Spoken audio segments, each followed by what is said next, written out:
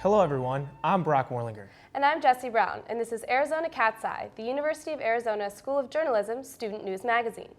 Over the next 30 minutes, we'll take you through Tucson and inside the University of Arizona as we report on the Old Pueblo as only a student can. Supporters of a fence built along the U.S.-Mexico border tout it for stopping undocumented migrants from heading north. But environmentalists say the fence is also stopping and hurting wildlife. Arizona Cat's Eye reporter Paola Camacho takes us to the border for more on this story. Arizona's wildlife is in danger due to the fence along the Arizona border. We have 262 linear miles of international boundary that the Tucson sector is in charge of. Out of those 262, there's over 210 miles that have some sort of structure, a fence, whether it's pedestrian, vehicle barrier, or some type of fencing.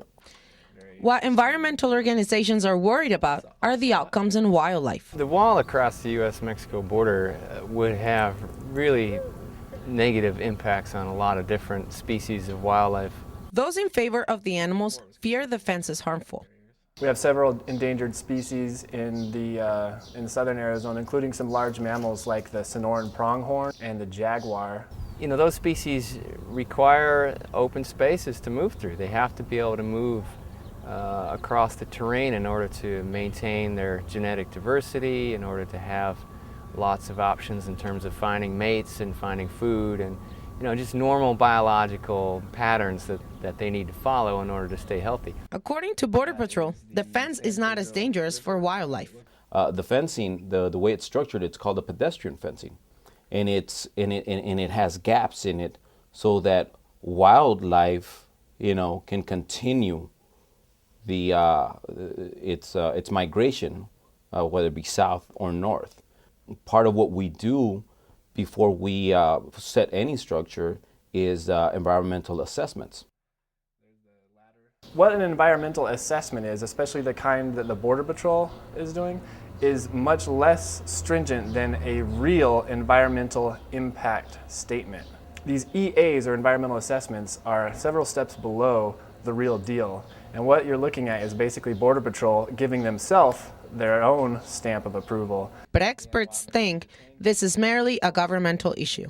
It's caused tremendous flooding in some areas, really bad erosion in other areas. For the Arizona Cat's Eye, I'm Paola Camacho. Several same-sex couples gathered at Pima County Superior Court to apply for marriage license earlier this spring. You may be surprised to hear what happened. Arizona Cat's Eye reporter Melissa Tan tells us more. Buck Bannister and his partner Michael Koch have been together for 11 years. You can go to a church, but unless you have this legal document, it's not a marriage. Buck, along with many other same-sex marriage advocates, gathered at Pima County Superior Court for what they call Freedom to Marry Day.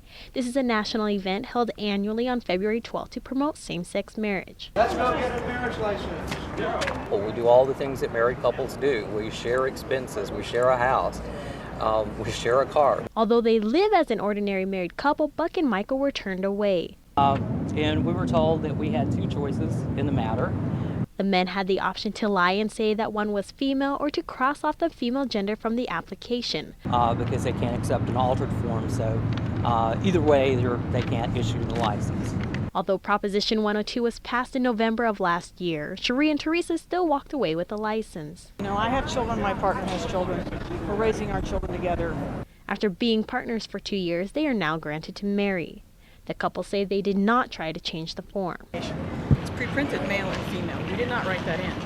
So we swore to the information that we put on the application. For some same-sex marriage advocates, a license is important. It's that one little piece of paper that gives you 1,138 rights and privileges that married couples get automatically. Same-sex marriage is already prohibited in the state, which created a constitutional amendment that defines marriage to be between a man and a woman. Reporting for Arizona Cat's Eye, this is Melissa Tan. We may be all familiar with scenes of frat boys getting drunk and hazing pledges for weekend fun. But as Kendall Saposi reveals, in the real world, booze and beatings can have serious consequences. Thousands of male students at the University of Arizona have found their place in college by joining a fraternity.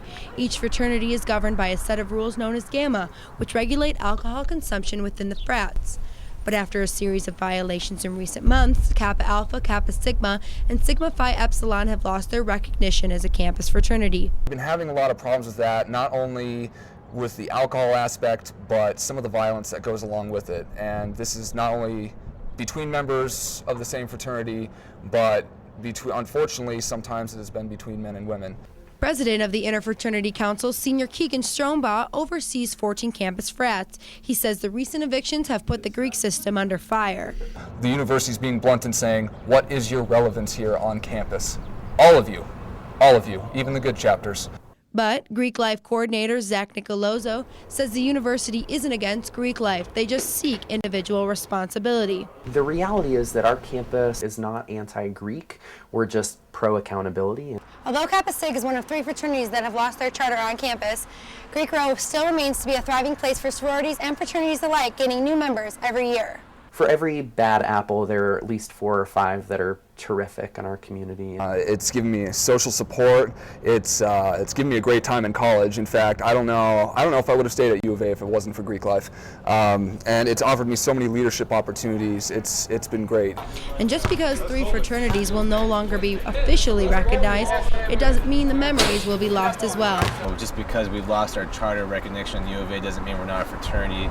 All of us are still brothers, and all of us, are fraternity members across the country. For Arizona Cat's Eye, I'm Vanessa Posi. When UA fraternities or sororities lose their recognition, they are able to get a second chance if they improve and follow the rules set by Gamma. When we come back, find out how students spent their Saturday raising money for a good cause. Also, we'll show you how Tucson is celebrating one of Arizona's most renowned artists.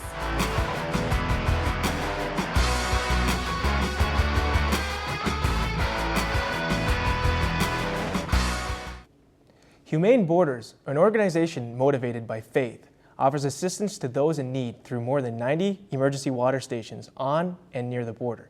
Arizona Cat's Eye reporter Jackie Ream has more on this Tucson-based organization. Humane Borders collaborates with the U.S. Border Patrol to keep fresh and clean drinking water available to migrants crossing the border of Mexico into the state of Arizona with over 90 water stations.